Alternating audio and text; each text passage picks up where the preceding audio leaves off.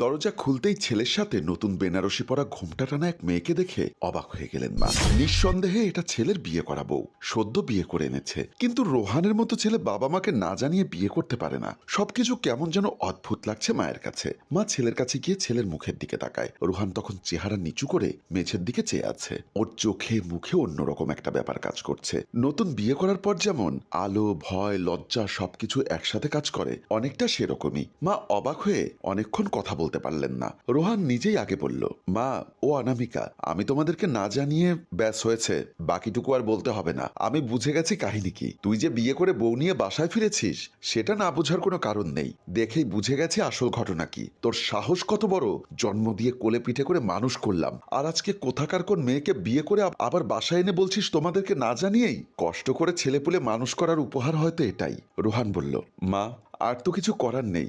মা অনামিকার মুখ দেখবে না। মা আর কিছু না বলে একটা দীর্ঘশ্বাস ছাড়লেন, তারপর নিজের মতো সেখান থেকে চলে আসে। এদিকে অনামিকা চুপচাপ চেয়ে আছে মেঝের দিকে। ওর বুকটা ভয়ে শুকিয়ে গেছে। ভালোবেসে বিয়ে করে জীবনে কত ভয়াবহ বিপদ অপেক্ষা করছে। রোহানের কথায় ভাবনায় ছেদ পড়ল অনামিকার। রোহান বলল, অনামিকা তুমি চিন্তা করো না, আমি দেখি মা কি বলে। তবে মায়ের মুখ দেখে বুঝতে পারছি সে অনেক কষ্ট পেয়েছে। এসো রুমে যাই। বলে তারা চলে আসে। অনামিকাকে রুমের দরজার সামনে এনে দাঁড় করিয়ে বলল, প্লিজ তুমি রাগ করো না, আমি তো আছি। বলেই রোহান সেখান থেকে চলে যায়। অনামিকার খুব বলতে ইচ্ছা করছে, আমার জন্য তোমার মা অনেক কষ্ট পেয়েছে, আমাকে মাফ করে দিও। কিন্তু মুখ দিয়ে কোনো শব্দ বের হলো না। মেয়েটা বোধহয় পাথর হয়ে গেছে। বেশি কষ্টে মানুষ পাথর হয়ে যায়। রোহান মায়ের দরজার সামনে গিয়ে দাঁড়ায়। দরজা খোলাই আছে। ও ডেকে বলল, মা গো, ও মা, কোথায় গেলে?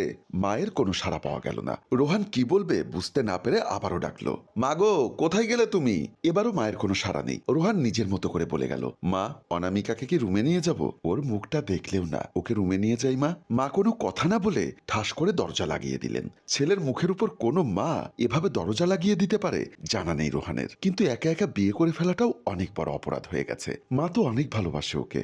বাবা মা কত আশা নিয়ে আছেন ছেলেটাকে ডাক্তার বানাবে। ছেলে বিয়ে করে এনে সমস্ত আশাই মাটি করে দিয়েছে। রোহান ভয় আর কথা বলল না। মায়ের অনুমতি ছাড়া অনামিকাকে বসতেও বলতে পারছে না। কত বড় বিপদ পার করে আসতে হয়েছে সেটা তো মা জানে না। রোহান চুপচাপ সেখান থেকে চলে আসে। রোহান অনামিকার কাছে এসে বলল, নীরা কোনো কথা বলল না। মা দরজা লাগিয়ে দিয়েছে মুখের উপর। রোহানের পাঞ্জাবির হাতা খামচে ধরল অনামিকা। রোহান অনামিকার হাত চেপে ধরে ওকে সান্ত্বনা দিয়ে বলল, এখন অপেক্ষা করা ছাড়া আর কিছুই করার নেই। বাবা আসার পর একটা না একটা কিছু হবেই, হয় বরণ করে নেবেন, নয়তো বের হয়ে যেতে হবে বাড়ি ছেড়ে। চলো সোফায় গিয়ে বসি। বলে দুজনে চলে আসে। তুমি সোফায় বসো, আমি দেখি শেষ আর একবার চেষ্টা করি, মাকে ডেকে বোঝাতে পারি কিনা দেখি। তুমি চিন্তা করো না এত, আমার উপর ভরসা রাখো। বলে চলে যায়। মায়ের দরজার সামনে দাঁড়িয়ে ডাক দেয়, মাগো, আমি কোনো অন্যায় করিনি, একটা ঝামেলায় পড়ে বিয়ে করতে হয়েছে, আমাকে বিশ্বাস করো তুমি।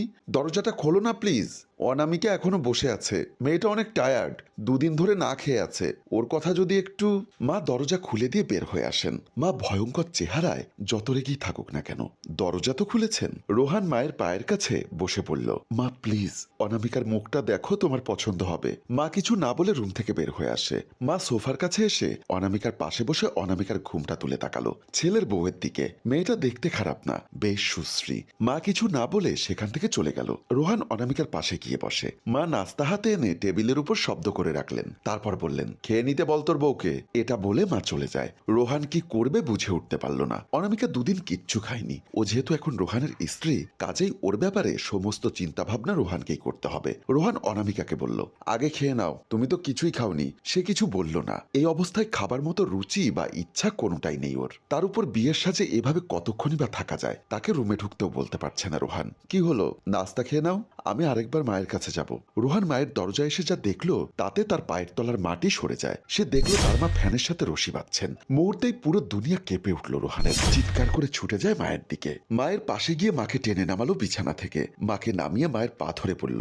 মা, তুমি কেন এমন সিদ্ধান্ত নিলে? প্রয়োজনে আমি এই বাড়ি ছেড়ে চলে যাব, আমাকে ত্যায্য করবে, তবু এমন কাজ করবে না।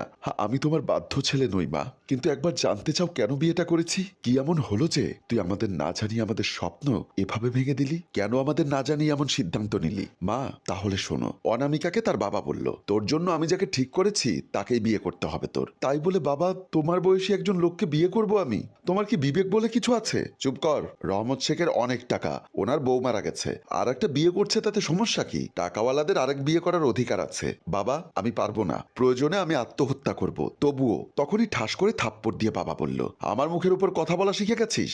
আমি কালকেই রহমত শেখের হাতে তোকে তুলে দিব, আর বিনিময়ে অনেক টাকা নিব। ছি বাবা, তোমাকে বাবা বলতেও আমার ঘৃণা হচ্ছে। নেশা করতে করতে তুমি এমন পর্যায়ে চলে গেছো, কোনটা ভালো কোনটা খারাপ সেটা গণনা করছো না। আমি সাফ সাফ বলে দিচ্ছি, আমি করব না মানে করব না। আমিও বললাম মনে রাখিস। বলে বাবা চলে যায়। রোহান ছাদে দাঁড়িয়ে আছে। এমন সময় তার মোবাইলে কল আসে। সে মোবাইলটি হাতে নিয়ে দেখে অনামিকার কল। কলটি রিসিভ করতেই অনামিকা কেঁদে দেয়। রোহান অবাক হয়ে বলল, তুমি কাঁদছো কেন? রোহান আমি কি করব এখন? আরে বাবা কি হয়েছে বলো না, আমি তো আছি। আমার উপর তোমার কি ভরসা নেই?